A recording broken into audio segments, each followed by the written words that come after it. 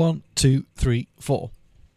Okay, hi, welcome back to this part of the video. So this is part 3. So part 1 we looked at recording, getting the actual sound into the Deluge. Part 2 we looked at editing with the new waveform layout mode, view, whatever you want to call it. I also in that video just touched sort of briefly on the 4 different modes of sample playback, which I kind of thought warranted a video on its own, because it I don't know why, it must be my age, but it took me a while to get my head around the differences between them, because at first play some of them do seem quite the same, but they do different things. Right, so that's what we're going to do now. So at the moment we're in once mode. So if you've seen part 2, you'll see that what happens is if... Let me just get rid of these. If...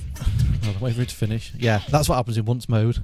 It plays all the way through without you holding your finger down or anything. Alright, so if I just press the audition pad... Okay, not doing anything. Obviously, it's not playing. It will play all the way through. So it's quite good for like little one-shot samples that you might want to sort of trigger live and so on. If I go into cut mode and do the same thing, okay, it just stops. You would have to hold your finger down to keep it playing. But there are a few other differences as well. Let's just go back into once mode. So let's say we're just going to like...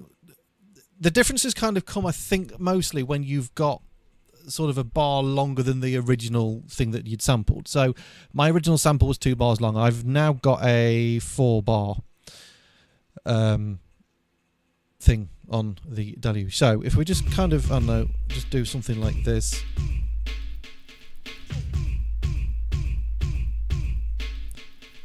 Okay, so we're not getting the full sample in the first 2 bars. Straight away with this one, if I press stop anywhere here, that sample's going to play through to the end. If I do the same thing back in cut mode, first bit's going to sound exactly the same. Okay, now straight away you can see that that's cut off because it's not got a long note. Okay, so that's the big difference there. If I wanted that to play all the way through, I'd have to extend that note. Okay, and obviously if I press stop part way along here, it's going to stop when I stop. So that's cut mode, right? It cuts off once it's not playing or the note's finished, which is different to once, where it will always play all the way through regardless of what is... I forgot what I was going to say then, but anyway. Regardless of something, I don't know. Right, if we go to loop mode, let's play this, see what happens. Okay, so the moment when it's like that, it's going to basically be the same as cut mode.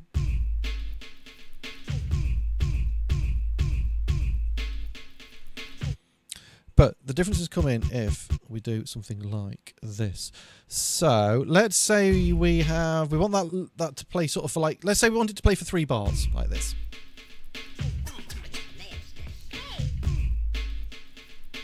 Okay, so that's when you would want to use loop mode, right? Because what will happen is it will keep the sample looping round. The sample, remember, is only this long, right? But it will keep looping it round for as long as this note is.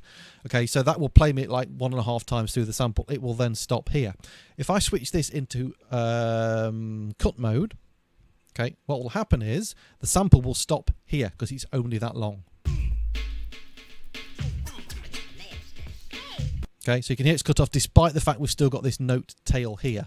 So that's the big difference between, originally it was called repeat, it's now called loop.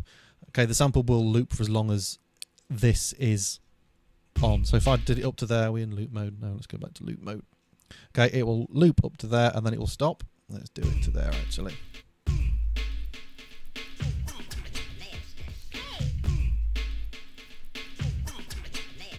Okay, so that's good if you want it to kind of play for a longer length of time.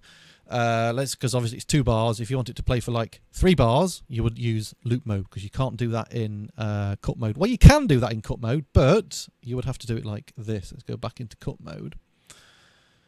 Okay, what you would need to do is you'd have the original sample length, which is to there. You would then have to do a new instance of it there.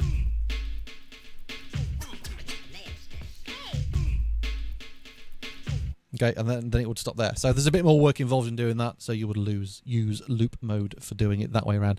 I think time stretch I covered in pretty much full detail in the last one. Just another word of warning on time stretch. Let's just go back to the time stretch mode. Now, remember our original loop was 2 bars long. If I filled up, see, now that, it's playing normal length, normal speed, okay?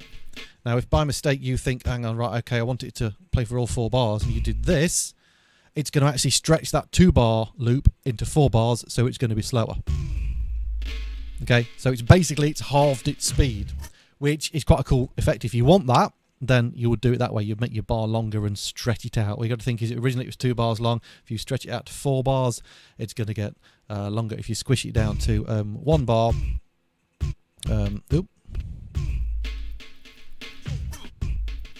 like that, okay, it's going to play at double speed.